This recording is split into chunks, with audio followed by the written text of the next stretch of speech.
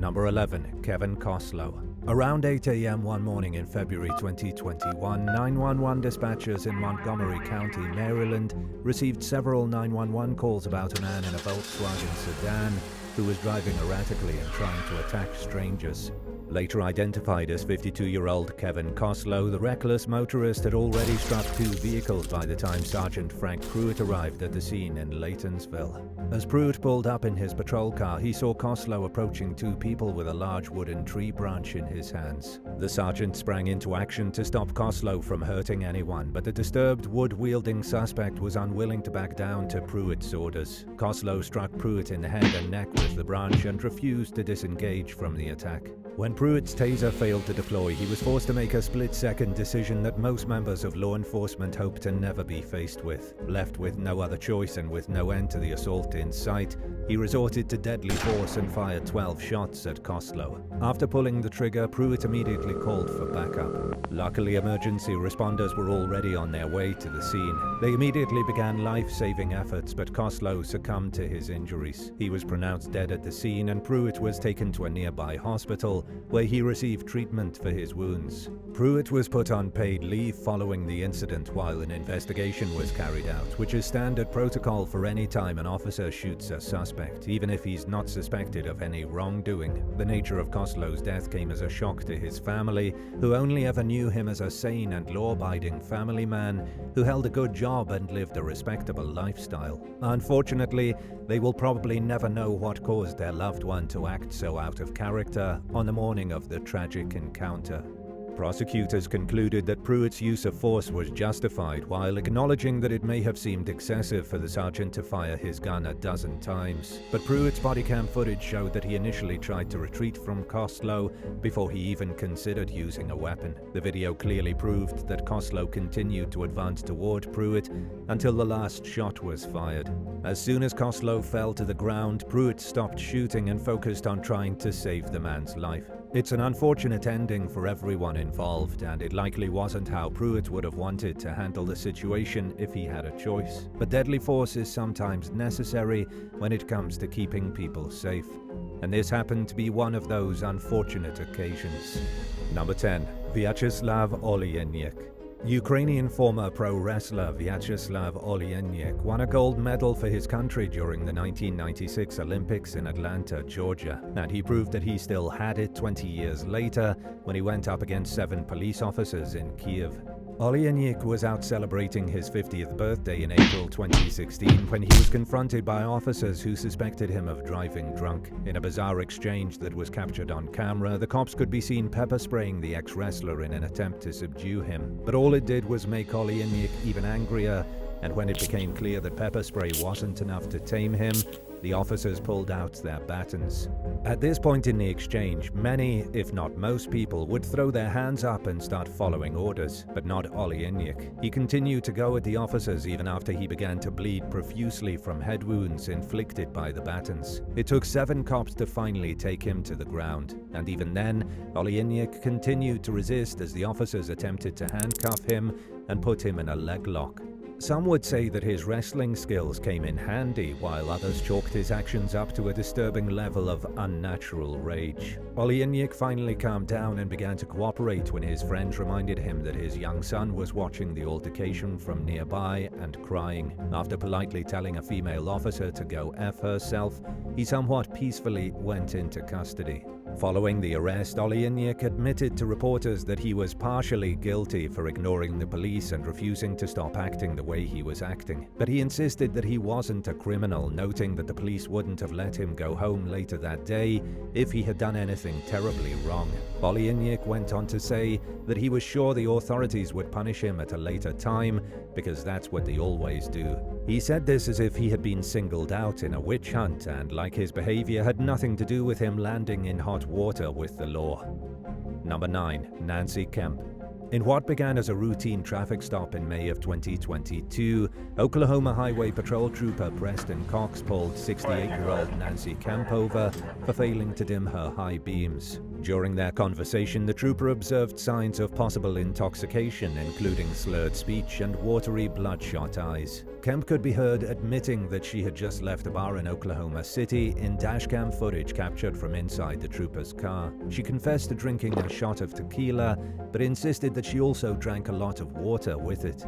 Unconvinced by Kemp's claim, Cox told her that he was going to conduct a field sobriety test. Kemp borderline pleaded with him not to perform the evaluation, but the trooper made it clear that he had every intention of doing so. According to an arrest report, Kemp made a grab for her driver's license and tried to exit the vehicle. Cox wrote that he grabbed the woman's wrist and neck in an attempt to stop her from fleeing, but that Kemp continued to resist. This resulted in a scuffle that lasted for 5 minutes until he finally managed to subdue the woman. During the struggle, Kemp could be heard telling Cox to stop as they fell out of the car and continued wrestling on the ground. The fight moved out of view, but Kemp continued telling the trooper to stop as he commanded her to get on her stomach. Cox admitted to kneeing and elbowing Kemp in the face several times during his attempts to handcuff her. He eventually succeeded, and Kemp was booked into the Logan County Jail on suspicion of driving under the influence, resisting arrest, and obstructing an officer.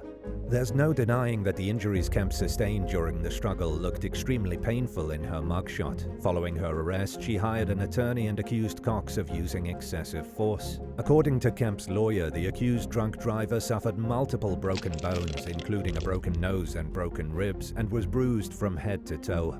After news of the allegations surfaced, along with the admittedly disturbing mugshot showing Kemp's facial injuries, the Oklahoma Highway Patrol released video detailing the interactions that led to her arrest. The agency stood behind Trooper Cox. It stated that he acted reasonably within his duty to enforce the compliance of a suspected drunk driver who was putting herself and the public at risk.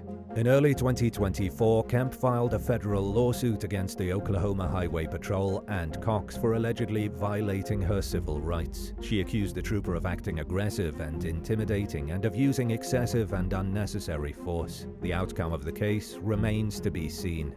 Number 8. Ralph Bucky Phillips. By the early 2000s, 43-year-old Ralph Bucky Phillips had spent much of his adult life in and out of the New York State prison system for burglaries, thefts, and other crimes. After serving time for a burglary conviction and being released in 2005, he failed to check in with his parole officer. As a result, he was sentenced to 90 days at the Erie County Correctional Facility in Alden. Just 4 days shy of his scheduled release in April 2006, Philip cut through the roof of the facility's kitchen with a can opener and escaped. Early on during his time on the run, he became somewhat of a folk hero throughout western New York for his uncanny ability to evade law enforcement.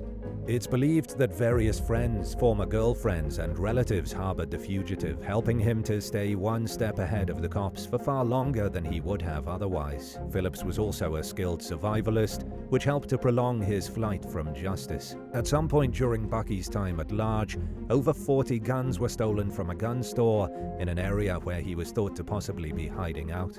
Knowing he was armed and dangerous, law enforcement dialed up their efforts to get him back into custody and offered a $425,000 reward for information leading to his capture. In June 2006, 2 months after Bucky's escape, State Trooper Sean Brown pulled him over while he was driving a stolen Mustang outside the town of Elmira. Phillips shot at the trooper and sped off, causing serious injuries. The hunt for the elusive fugitive continued for several more months and spanned several counties as police tried to catch up with his trail of break-ins and reported sightings of him. During that time, Phillips landed on the FBI's 10 most wanted fugitives list.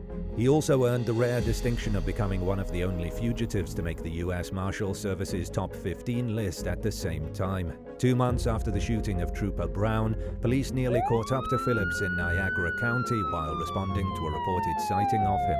They were just minutes behind the fleeing felon who managed to elude the authorities. Phillips disappeared into the forest and went undetected for the next 11 days. That is, until an officer spotted him driving a motorcycle with fake tags and chased after him. The cop followed Bucky into the parking lot of an apartment complex where he encountered a group of people who were suspected of harboring the fugitive. They were arrested, but Phillips once again managed to slip out of sight. When Phillips found out that the police planned to detain and question his family, he allegedly threatened the cops and warned them to stay away from his loved ones. Another 11 days after his last close call with law enforcement, troopers Donald Baker Jr. and Joseph Longobardo staked out a relative's house in the town of Pomfret in Chautauqua County. Out of nowhere, 11 shots were fired at the troopers. Longobardo died after being rushed to the hospital, while Baker survived with serious injuries. Phillips has never been definitively tied to the shooting, but all signs point toward him being responsible for it. Now that the authorities had a suspected cop killer on their hands, the manhunt intensified even more. The reward for information leading to Bucky's arrest was raised to $450,000. Finally, in early September, 5 months after Bucky's escape, he was captured in Warren County, Pennsylvania. State troopers managed to take him into custody without a single shot being fired after he was spotted from a distance. They methodically surrounded Phillips, who realized that he wasn't going to escape this time, and surrendered with his hands in the air.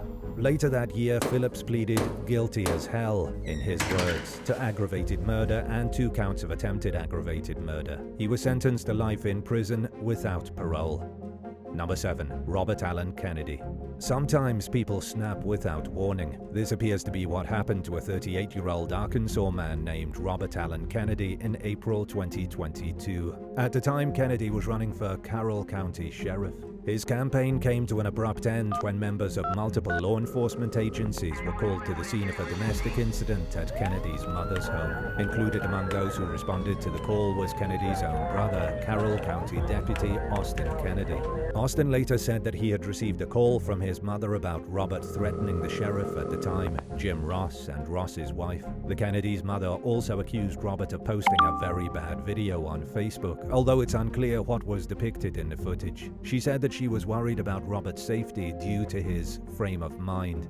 While speaking to his mother on the phone, Austin reportedly overheard Robert excitedly announcing that he was on his way to arrest Sheriff Ross. He also allegedly yelled at his mother and sister to give him an AR-15, while any efforts the women made to calm him down proved futile. According to court documents, Robert continued to demand the gun while screaming about how the cops were after him. He also threatened to commit mass violence against law enforcement. Kennedy's sister, Dana Novak, told law enforcement that Robert was threatening to take everyone out and be sheriff. After arriving at the residence, Austin repeatedly tried to calm his brother down, to no avail. An arrest affidavit stated that Robert was in a manic and delusional state, as Austin attempted to convince him to hand over a gun that was strapped to his thigh. Robert eventually gave Austin the weapon, but he allegedly tried to retrieve it just moments later. Fearing for his own safety and the safety of everyone else at the scene, Austin pepper-sprayed Robert, but it failed to slow him down. Left with no other choice, Austin tased his brother, who fell to the ground and was promptly handcuffed and taken into custody. In the arrest affidavit, Austin wrote that he was deathly afraid of what Robert might do in his current mental state. He further stated that this was the first time Robert had ever displayed such an alarming level of aggression and mentally disturbed behavior. Robert was charged with first-degree terroristic threatening, residential burglary, second-degree battery, and 2 counts of assault on a family or household member. He pleaded not guilty and was released on a $100,000 bond, along with a strict set of rules, including no social media or internet, no weapons, and no driving. There have been no updates on the case since, but one thing is evident. Kennedy lost the election for sheriff and likely has no chance of ever winning it in the future. Number 6. Richard Matt and David Sweat. In 2015, convicted killers Richard Matt and David Sweat came up with a plan to escape from the Clinton Correctional Facility in the rural upstate New York town of Dannemora. They knew they would need help from the outside, so they seduced the prison's married sewing instructor, Joyce Mitchell. Using hacksaw blades, chisels, and other tools that Joyce and another employee snuck into the prison at their urging, Matt and Sweat painstakingly cut a tunnel from their cells to a manhole leading to the the outside world. In the weeks leading up to the escape, Joyce agreed to pick the men up in her car and run away with them to start a new life. But she got cold feet and went to the hospital with chest pains when the day finally came. This decision left the escaped convicts on their own to figure out their next move. She would eventually end up serving 2 years in prison for her role in the escape. Despite the setback, Matt and Sweat got a decent head start before prison staff noticed their absence. But any advantages the men had were short-lived once guards realized they had escaped. One of the most expensive manhunts in the state's history ensued, costing taxpayers an estimated $1 million a day, while law enforcement searched high and low for the fugitives. Any prison escape is a big deal, but in a sparsely populated area where not much happens, it was the only major thing going on at the time. Matt and Sweat knew they would be instantly recognized by almost anyone they crossed paths with, leaving them with no choice but to hide out in the woods while hoping to evade capture. Their original plan was to flee across the Canadian border, which was just a handful of miles away from the prison. But without the resources and support they had expected to receive from Joyce, the escapees got tired fast. They broke into empty hunting cabins and stole food, guns, and other supplies, but it wasn't enough to sustain them. Meanwhile, they had an increasingly difficult time staying one step ahead of the encroaching authorities. Police knew they were getting close to catching the men several days into the manhunt when they discovered Matt's soiled underwear inside one of the cabins he and Sweat had broken into. Matt had apparently suffered a nasty case of poisoning from eating spoiled food or drinking dirty water, and he probably wasn't moving too fast due to his illness. The police were right. Matt's health was suffering and it was slowing him down. In addition to the food poisoning, he was consistently drunk off liquor he had stolen from one of the hunting cabins. He was acting sloppy and careless, and Sweat began to see him as a liability. Nearly 20 days after the escape, Sweat ditched Matt in an effort to hasten his movement out of the area. Despite his ailing condition, Matt had no plans to surrender willingly. The day after he and Sweat parted ways, he tried to shoot and kill a driver who was pulling a trailer in the town of Malone in an attempt to steal the man's vehicle. He was unsuccessful, and the shooting drew the attention of the police. An exchange of gunfire ensued, and Matt took 3 fatal bullets to the head during his last-ditch effort to stay out of prison. 2 days later, a New York State trooper spotted Sweat along a roadside. Sweat attempted to run, but the trooper chased after him and shot him twice to prevent him from getting away. More than 3 weeks and $23 million later, the manhunt was finally over. Sweat survived his injuries and was transferred to a maximum security prison to continue serving his life sentence. Number 5. Suburban housewife takes on home intruder. A married couple and their 3 kids were minding their business at home in Northport, Florida in June of 2016 when a man showed up at their door saying that he was looking for someone named Josh who owed him money. The husband told the stranger that he was at the wrong house, and he went away for the time being. Later identified as 33-year-old Noah DeSat of Santa Cruz, California, the man returned later that day and smashed his way through the front door with a baseball bat. He barged into the home and attacked the husband with the weapon, striking him repeatedly in the arm and shoulder. The husband eventually managed to subdue DeSat by putting him into a bear hug and wrestling him onto the living room sofa. But his wife was apparently in no mood to risk having the intruder regain the upper hand, so she took DeSat's bat and whacked him in the head several times with it. As she beat the man with his own weapon, he gave up on trying to accomplish whatever he came to do and fled the scene. In his hurry to flee, he left behind both his bat and his baseball cap. The family told police that the suspect was bleeding profusely as he ran away, prompting law enforcement to turn to local hospitals for information about anyone who showed up at the emergency room looking like they had just been beaten in a similar fashion. They located DeSat at a Port Charlotte hospital where he received treatment for his injuries. He provided a fake name, but investigators were able to identify him as their wanted man and proceeded to arrest him on suspicion of multiple crimes. DeSat was charged with 4 felonies and a misdemeanor, including armed burglary, criminal mischief, and battery. Records show that he was convicted of burglary and simple battery, landing him in state prison for 2 years. It remains unclear why DeSat targeted the family's residence, especially because they live in a safe neighborhood where home invasions are rare. And while local residents praised the family for turning the tables on their unwelcome guest, they admittedly became more vigilant about the possibility of falling victim to a similar crime. Number 4. Eric Edson. A 52-year-old Vermont man named Eric Edson kept multiple police agencies busy for an entire week in 2023 when he evaded capture in unconventional ways that law enforcement is not necessarily used to dealing with. He was wanted for at least a dozen crimes across several counties, including allegedly robbing a store in Burlington in late August, impeding and assaulting a pair of police officers, and stealing a sailboat and various other vehicles. In his efforts to evade capture, Edson used cars, bicycles, boats, paddleboards, a dump truck, a tractor, and other modes of transportation. His string of alleged crimes began when police responded to a call about a man passed out behind the wheel of a stolen vehicle. When officers arrived, Edson woke up and put the pedal to the metal, injuring both responding officers. Later that evening, Edson resorted to good old-fashioned running before stealing a bicycle, then a sailboat, which he ran aground on Lake Champlain. He showed up at an outdoor store early in the morning, drenched from head to toe. As if the fact that he was dripping wet wasn't strange enough, Edson kept his hood on the entire time he was there and paid for his goods with $500 in soaking wet cash.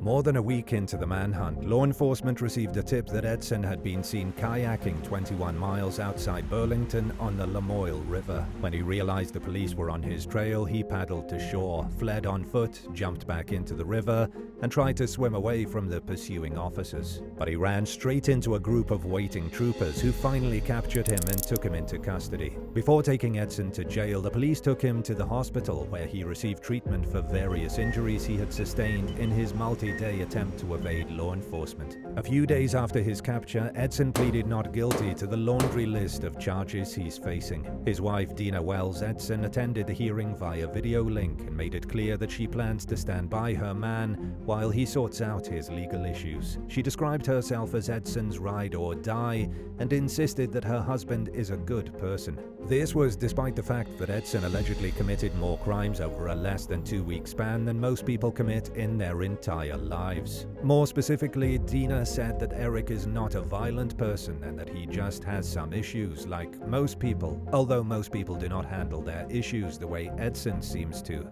Speaking with NBC5, she said, "Stop dissing my husband. He's never harmed anybody," although she may have been forgetting the fact that Eric was accused of assaulting 2 cops. A few days after being arraigned on state charges, Edson was hit with a federal robbery charge, which he also pleaded not guilty to.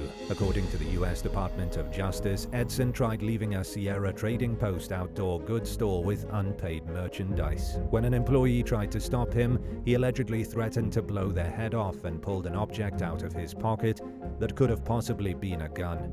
He ran to whatever vehicle he was driving at the time with the stolen goods and then fled the scene. Burlington Police Chief John Murad admitted that the unusual and amusing nature of the wanted fugitive's flight from justice made it easy to forget that he's dangerous. But based on how relieved law enforcement seemed to be to finally have him in custody, it's also not hard to believe that Edson is where he belongs for the time being. Number 3. Eric Frayne. Late one night in 2014, a gunman opened fire on Pennsylvania state troopers during a routine shift change at a police barracks in the Pocono Mountains. 38-year-old Corporal Brian K. Dixon II was killed at the scene, while another trooper, Alex Douglas, suffered serious injuries. By the time police began searching for the shooter, he had fled the scene and was nowhere to be found. 3 days later, a Jeep belonging to the parents of 31-year-old Eric Frayne was found partially submerged in a nearby retention pond. In it, investigators found Frayne's social security card, some camouflage paint, pamphlets containing information about foreign embassies, and bullet casings that were consistent with bullets from the shooting. Based on the evidence involving the Jeep, investigators concluded that the suspect had likely lost control of the vehicle and crashed, and that he did not sink it deliberately. But they had little to go on in terms of understanding Frayne's motive for committing the horrific act of violence. According to news reports, Frayne's father described his son to police as a skilled sharpshooter who doesn't miss. He was also a gun enthusiast whose hobby of reenacting war scenes practically bordered on obsession. After identifying Frayne as their suspect, authorities promptly issued a warrant for his arrest while hundreds of members of law enforcement came together to participate in a large-scale manhunt. Police spotted Frayne in the woods multiple times, but they were unable to get to him quickly enough to capture him due to the challenging nature of the terrain. Finally, 7 weeks after the shooting, U.S. Marshals located Frayne inside an airplane hangar at an abandoned airfield outside Tannersville. He was taken into custody without incident, and he was charged with first-degree murder, attempted murder, assault of a law enforcement officer, 2 counts of terrorism, and 2 counts of weapons of mass destruction. He was also charged with discharging a firearm into an occupied structure, possessing instruments of crime, and recklessly endangering another person. Investigators recovered more than 100 items from inside the hangar that doubled as the cop killer's hideout. These items included a Soviet-era sniper rifle, a pistol, and other weapons, along with more than 200 rounds of ammunition. They also found survival gear, biblical scriptures, DVDs, radios, a laptop, food, and a dirty mattress that Frayne had apparently slept on during his time on the run. The accused murderer told police that he connected to unsecured Wi-Fi networks during his time at large. This may have helped him avoid capture by enabling him to keep track of where law enforcement was focusing their search efforts. In 2017, a jury found Frayne guilty as charged and recommended the death sentence. He remains on death row at a Pennsylvania state prison, but it's unlikely that he'll ever be executed. Pennsylvania has not executed anyone since 1999, and while the death penalty still exists and is available in the state, it seems to be falling largely out of favor. Number 2. Jeremy Smith. In early March 2024, a 52-year-old paramedic named Phoenicia Machado IV and her car vanished from her home in Marion County, South Carolina. Her family's worst fears were confirmed 3 days later when her murdered body was found in neighboring Dillon County. By the time investigators identified 32-year-old Jeremy Smith as a person of interest in the case, he was long gone from the state. He had also allegedly killed New Mexico State Police officer Justin Hare. The officer had stopped to offer help after spotting Smith broken down along a highway during the early morning hours. Hare was most likely unaware that Smith was driving Phoenicia's stolen car, which had a broken tire. But according to prosecutors, Smith responded to the officer's presence by fatally shooting him and fleeing the scene. Authorities in both New Mexico and South Carolina launched massive manhunts in search of the accused killer. The next morning, sheriff's deputies spotted Smith driving a stolen car in Bernalillo County and chased after the vehicle. He led law enforcement on a high-speed chase, which ended in gunfire when a deputy shot him multiple times. Smith was taken to a nearby hospital and was kept under guard while receiving treatment for his injuries. Authorities in both New Mexico and South Carolina breathed a collective sigh of relief after learning of Smith's arrest. He stands accused of 17 crimes in South Carolina. These include murder, kidnapping, carjacking, criminal conspiracy, and 2 counts each of grand larceny of a motor vehicle, first-degree burglary, and possession of a weapon during the commission of a violent crime. Smith is also charged with 7 counts of being a felon in possession of a handgun and is expected to face charges for his crimes in New Mexico, including the murder of Officer Hare. And now for number 1. But if you want to hear more bizarre and crazy stories, stay tuned after the video for some more content. Number 1. Michael Burham. During the summer of 2023, 34-year-old Michael Burham escaped from the Warren County Jail in Pennsylvania, where he was being held in lieu of $1 million bail on charges of kidnapping, burglary, and other crimes. He slipped out of sight by climbing onto a piece of exercise equipment, lifting himself onto the roof, then scaling the building using bed sheets that were tied together. Burham's escape almost immediately conjured up memories of escaped convict Ralph Bucky Phillips, who was captured in the same area in 2006 after 5 months on the run. Like Phillips, Burham was a skilled survivalist, leading to fears that he would avoid capture for weeks, months, or even longer. Also, like Phillips, he was considered extremely dangerous. At the time of his escape, Burham was suspected of murdering 34-year-old Calla Hodgkin, who was found dead inside her home in May of 2023 from multiple gunshot wounds. Just hours later, an ex-girlfriend of Burham accused him of trying to break into her home in Jamestown, New York, and setting her car on fire. The crime was captured on video by the woman's doorbell camera, and the man in the footage certainly resembled the accused arsonist. A few days after that, Burham allegedly entered an elderly couple's home, kidnapped them at gunpoint, and forced them to drive to South Carolina before releasing them unharmed. FBI agents captured him in South Carolina 10 days after Calla's murder and extradited him to Pennsylvania. Burham knew he was the prime suspect in Carla's death. He wasn't immediately charged with her homicide, but there was a good chance that he eventually would be, which is why the authorities believe he made a run for it. The Warren County Jail is situated next to a vast wooded area, spanning a large swath of western Pennsylvania and neighboring southwestern New York. Finding someone in the wilderness could easily become like searching for a needle in a haystack, so police wasted no time launching an urgent manhunt in hopes that Burham wouldn't get far. One of the few people who didn't seem worried by the fugitive's survival skills was Warren County Sheriff Brian Zabel. He urged locals to lock their doors and windows, but expressed doubt that Burham was as skilled of an outdoorsman as everyone else seemed to believe. Going on the run is a challenge for even the most seasoned survivalists. It typically comes with various forms of discomfort, including hunger, physical pain, poor hygiene, and exhaustion, even when a fugitive receives help from others. Much to the community's relief, Sheriff Zabel turned out to be right. As determined as Burham was to make a getaway to freedom, he was only at large for a little over a week before a homeowner's dog detected his presence near their property. Burham told the homeowner he was camping, but the resident recognized him as the escaped prisoner and promptly contacted the authorities. Police established a perimeter around the area and tracked Burham down with the help of bloodhounds. He was wearing the same inside-out jail pants that he had escaped in and was wet, dirty, and tired. After going out of his way to avoid landing back in custody, he raised his white flag and peacefully surrendered. Burham pleaded guilty to kidnapping and escape charges and was sentenced to 25 to 50 years in prison. He remains the top suspect in Carla Hodgkin's murder, but it's unclear whether he'll face any charges in connection with the case. 9. Michelle Combs. Shortly before midnight one evening in 2018, Oklahoma City police responded to a call about an intoxicated person being disruptive at a local bar.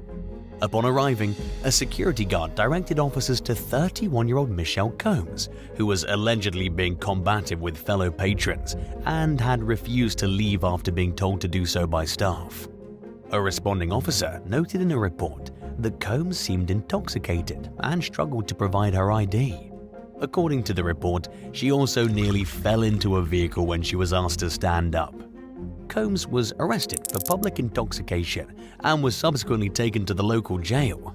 During the drive, she began reciting Bible verses and allegedly offered the transporting officer a certain favor if he let her go. Obviously, he didn't take her up on it, but the local news was evidently happy to report about the offer. 8. Cross-country Kiwi pursuit. In what some media outlets dubbed the world's longest police chase ever, a driver led law enforcement on a nearly 447-mile high-speed pursuit throughout New Zealand's southern island in 2016. Officers first tried to pull over the 20-year-old rogue motorist at around 1 a.m. near the city of Nelson, but he refused. Instead, he took off in his blue Subaru. Police tried to chase after the suspect, but they ended up having to abandon the pursuit 3 times due to safety concerns. After failing to catch him near Nelson, they made another attempt in Christchurch, only to give up and try for a 3rd time.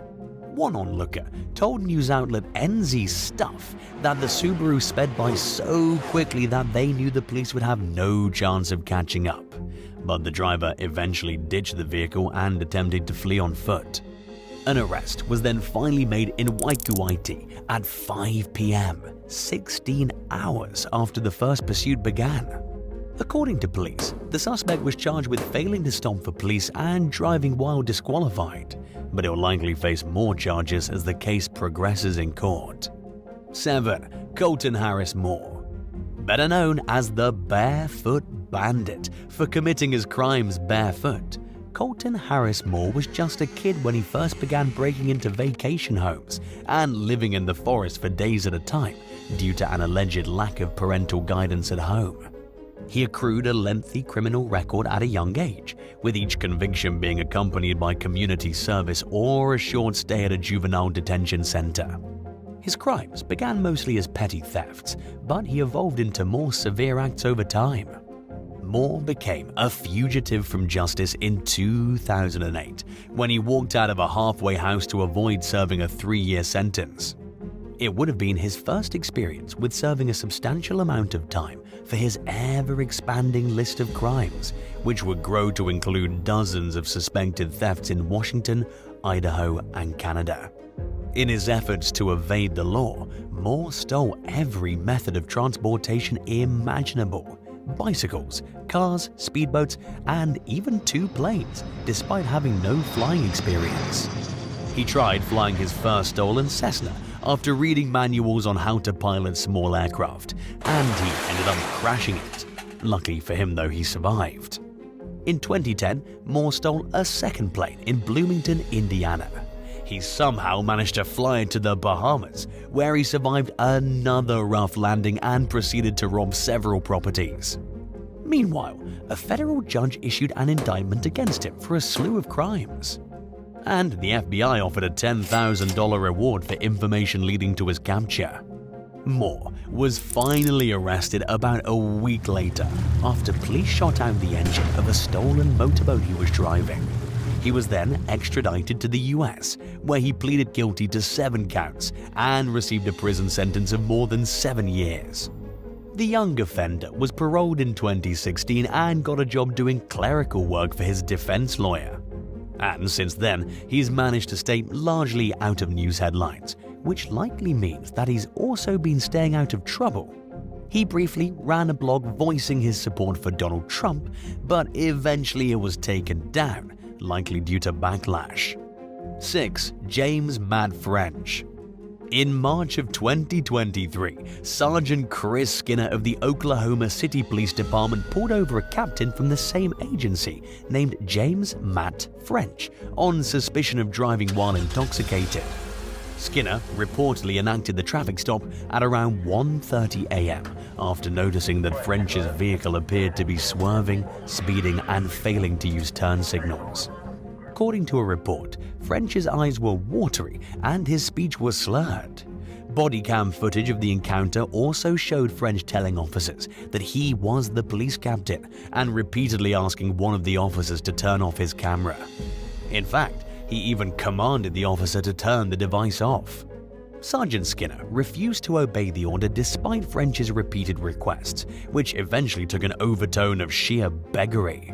Then, at one point during the video, Skinner said, "I don't care if you're a gangbanger or the President of the United States." And he went on to point out that if he gave French special treatment, it would reflect poorly upon his own integrity as a police officer. After being asked several times about how much he had to drink, French eventually admitted to having 3 or 4 beers while playing poker. He also acknowledged that it wasn't smart for him to get behind the wheel, but claimed he was only coming from a few blocks away. French continued asking Skinner to turn off his body cam while performing poorly on a field sobriety test. And when simply saying no failed to get the captain to stop asking, Skinner reminded him that it was the department's policy for officers to keep their cameras on. Still though, French persisted, at which point Skinner made it clear that he planned to stand by the oath he took to uphold the law. Towards the end of the footage, French asked Skinner if he was going to be arrested. Skinner replied with a simple yes, and took the captain into custody on a DUI charge. And according to the most recent update on the case, French was on administrative leave pending the results of an internal investigation. 5. Elisa Bajraterovich. Some people go out of their way not to avoid their own arrest, but to prevent a loved one from being arrested. Such was the case for a fit female NYPD officer from the Bronx named Elisa Bajraterovich, who was accused of trying to stop detectives from searching her boyfriend in April 2023. According to police, the 33-year-old and her beau were pulled over on a Saturday night. Elisa allegedly tried to use her status as a cop to get them off the hook, and she caused a scene when it didn't work. Following the incident, the New York Post reported that the couple met while working out at a gym. A source told the news outlet that Elisa's colleagues warned her to stay away from her partner because he was under investigation as a suspected drug dealer. In fact, detectives had reportedly been keeping an eye on the man for some time, but Elisa apparently didn't listen, and she's now suspected of trying to prevent her unnamed boyfriend from getting in trouble on the night they were pulled over. According to police, the cops who pulled the pair over were planning to search their vehicle due to Elisa's boyfriend's suspected status as a major player in the drug trade. The off-duty officer immediately attempted to intervene, even before the officers who were conducting the stop knew who she was.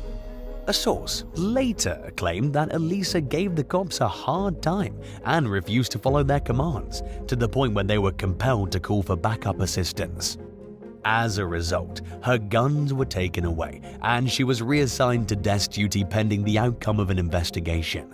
She'd been on the force for 11 years when the controversy first made headlines.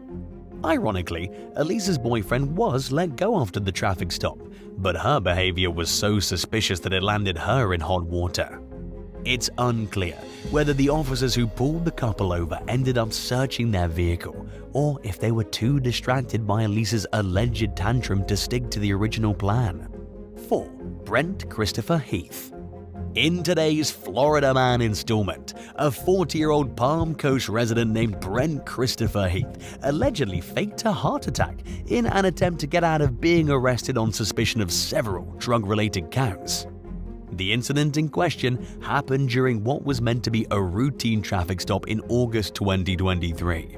According to a police report, a Flagler County deputy enacted the stop just after midnight. Then, after continuing to drive despite the deputy sounding his lights and sirens for more than a minute, Heath finally pulled over. He allegedly claimed that he failed to stop immediately because his back windows were too dark to see out of, and he didn't notice he was being pulled over. The deputy smelled the distinct odor of marijuana emanating from the vehicle and established that he had probable cause to search the car. He then proceeded to find THC and fentanyl in the vehicle. As a 29-time convicted felon, Heath is no stranger to the law. In fact, he'd been released from federal prison just months before the traffic stop. But he was apparently in no mood to be arrested that day, and at some point during the conversation he claimed he was having a heart attack. Unable to determine whether the suspect was suffering from a legitimate medical emergency, deputies summoned an ambulance to the scene. Heath was taken to a nearby hospital, but it didn't spare him from facing the legal consequences of his alleged crimes. After being medically cleared, he was booked into custody on multiple drug possession and trafficking-related counts.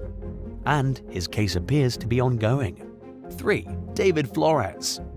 After identifying a man named David Flores as the top suspect in a shooting that occurred months earlier, a team from the Bernalillo County Sheriff's Department went to his home in Albuquerque in August 2023 and tried to arrest him.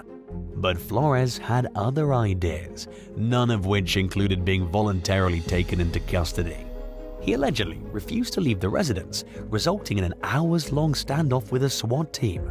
According to the Bernalillo County District Attorney, Flores was seen wearing traditional male clothing inside the apartment, but when he finally exited the building, he appeared to be wearing a long-haired wig, makeup, and feminine clothing. He'd also allegedly taken measures to cover up his tattoos as part of his effort to disguise himself. In a statement, the DA claimed that Flores even tried pretending to be a different person, telling the SWAT team that the real suspect was still inside the building. As you've likely already guessed though, the ruse didn't work, and Flores was taken into custody on one count of aggravated assault with a firearm and failing to appear in court for a separate drug-related case. 2. Drunk driver tries blaming dog. Nobody likes being pulled over by the police, and on some level, it may even be natural for a driver to automatically start trying to think of excuses they might use to try talking their way out of an arrest or a ticket. And it's likely fair to assume that any seasoned police officer has heard every excuse in the book. But one Colorado driver pulled a first when he tried switching places with his dog during a traffic stop in 2023. According to a report, the motorist was pulled over in Springfield after an officer observed the vehicle traveling at 52 miles per hour in a 30-mile-per-hour zone. In a statement, the Springfield Police Department wrote that the driver tried to switch places with his dog, who was in the passenger seat, as the arresting officer approached the vehicle and watched the entire time. The driver then exited the vehicle from the passenger side and told the officer that he wasn't driving. He allegedly showed clear signs of intoxication and attempted to run away when the officer asked how much he'd had to drink that evening. But the suspect made it just 60 feet on foot before being taken down. According to the police department, the man had gotten lost in Springfield while driving between two other cities. In addition to being arrested on suspicion of driving while intoxicated, he had 2 active warrants out for his arrest in connection to an unrelated case. After being medically cleared, he was booked into custody on multiple charges, including driving under the influence of alcohol and/or drugs, driving under suspension, driving while ability impaired, speeding 20 to 24 miles per hour over the speed limit, and resisting arrest. And according to a Facebook post, the dog was let off with a warning and was placed into the custody of a trusted acquaintance. 1. Lydia Elizabeth Badillo. During a routine traffic stop in April 2023, Texas State Police caught a driver trying to smuggle 2 Mexican women into the United States. According to a report, troopers in Jim Hogg County pulled over a gold Chevy Malibu being driven by a woman named Lydia Elizabeth Badillo. Bodycam footage of the conversation showed Badillo saying that she was heading out for drinks with the 2 women, who she claimed were her friends. As a trooper ran the trio's driver's licenses through the system, Badillo allegedly tried to distract him by flirting with him. She then told the trooper that she was looking at his eyes because he was pretty handsome, but it wasn't enough to derail him from the task at hand. Badillo, a Mexican national living in the US, eventually admitted to picking up the 2 women at a people smuggling stash house in the city of Mission. She also admitted to trying to smuggle them into the country. According to police, both of the suspects' passengers were migrants from El Salvador who were attempting to pass through the border checkpoint using fake driver's licenses. But they were caught, and Badillo was charged with human smuggling. Thanks for watching. Would you rather live in an area where a dangerous escaped prisoner is thought to be hiding out, or be in the passenger seat of a friend's car while they lead police on a high-speed pursuit? Would you ever forgive a friend for putting you in that situation? Let us know in the comments below, but be sure to subscribe first. We'll see you next time. Bye.